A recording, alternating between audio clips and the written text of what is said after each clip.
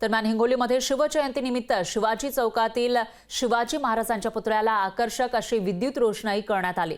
आकर्षक विद्युत रोषणाईने संपूर्ण परिसर उजळून निघाला।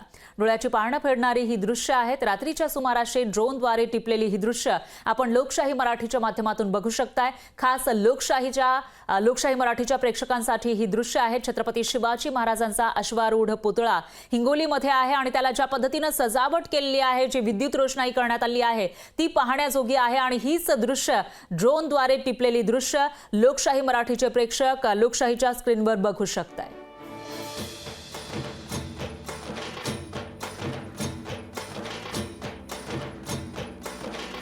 हिंगोलीकरांनी हा अनुभव घेतलेला आहे। हिंगोलीमध्ये ही सजावट करण्यात आली आहे, विद्युत रोषणाई करण्यात आली आहे आणि त्या ठिकाणी कशा पद्धतीने छत्रपती शिवाजी महाराज यांच्या जन्मोत्सवाची तयारी करण्यात आली आहे ते आपण बघू शकता। आणि तीच दृश्य आपण ड्रोन मध्ये टिपलेली ही दृश्य लोकशाही मराठीच्या स्क्रीनवर बघू शकताय।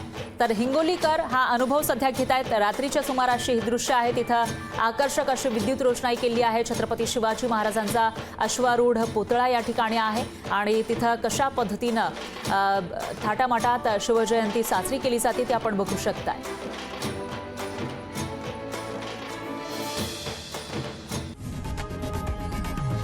लोकशाही मराठी ऐका, पहा, जागरूक रहा।